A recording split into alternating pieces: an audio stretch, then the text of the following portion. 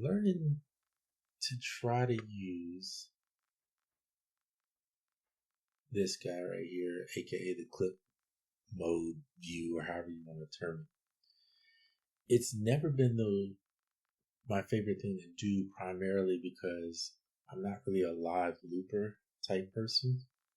I prefer creating, and this is more performance based. So I feel like it's just a different workload, but I find that actually it's not that hard to use compared to what I thought.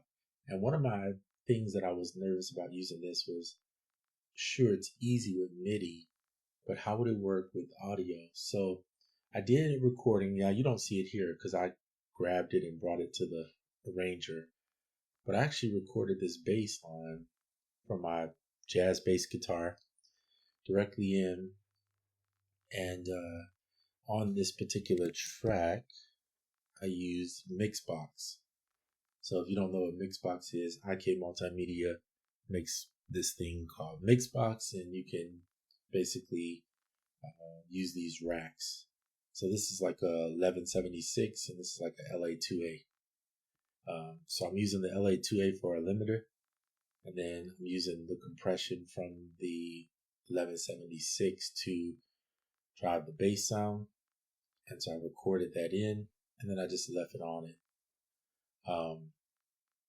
So I was able to play that, the keys and the drums live. And I only did 4 bars of the drums, but then my thing was I didn't want to be able to be stuck in a loop in the sense of I'm going to record 2 bars or 4 bars, and that's all I get out of it. So what I went back and did was I did the drums first, and then I went in and recorded the keys, which is playing just some chords, obviously. I use Scalar, but I still have to play these chords because I have a certain sound and rhythm in my head that it needs to be. And this song here is a little kind of funky, kind of, kind of my D'Angelo type of vibe, if I would call it that, I guess. Not that I'm even close to playing as good as D'Angelo, but I like his music a lot. Anyway, so then I did my bass live over it for 8 bars. I did the keys for 8 and the bass for 8. I think I actually did the bass first, if I remember, because I started this yesterday and I just woke up this morning and added in this little piano solo. But I figured I would just share it with you. I know a lot of people think I only talk about products on my channel, but you got to do both. You got to talk about products and show music. Part of that is because if you don't do any products, you don't draw new people into it.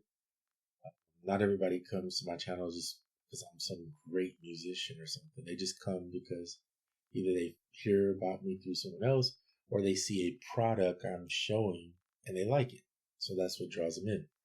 So this day I thought I'm going to share this.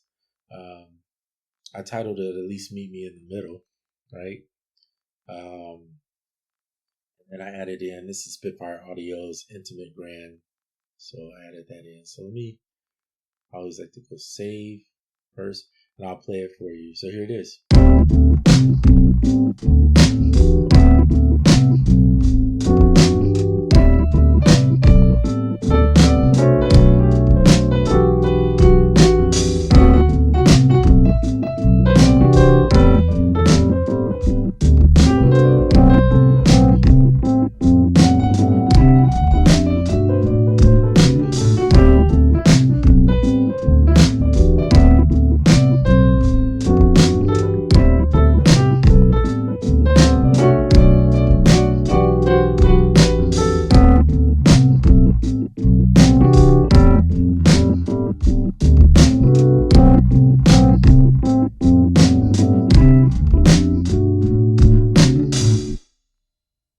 Not too bad for just a quick run of the mill type thing where I jumped into this and did it really live.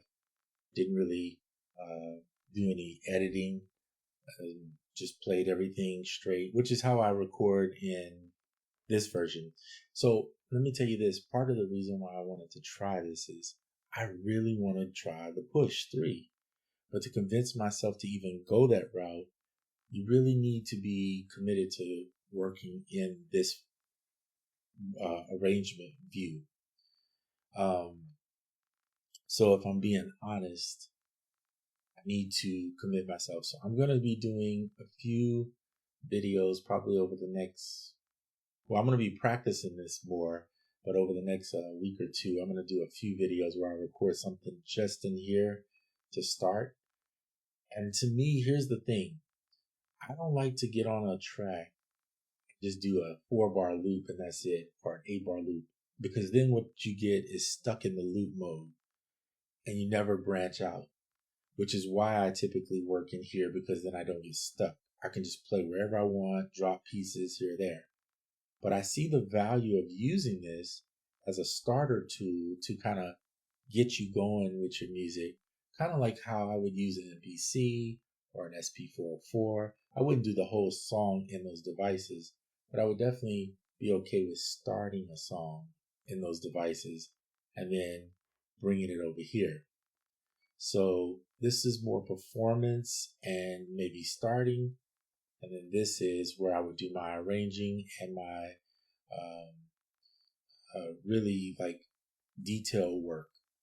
But what I was fascinated by was when I was recording the bass line, I realized, man, I could just keep recording. So if I want to do 16 bars, this really isn't like impossible. I could record these solos directly in here. So it's great when you want to start right on the one with something.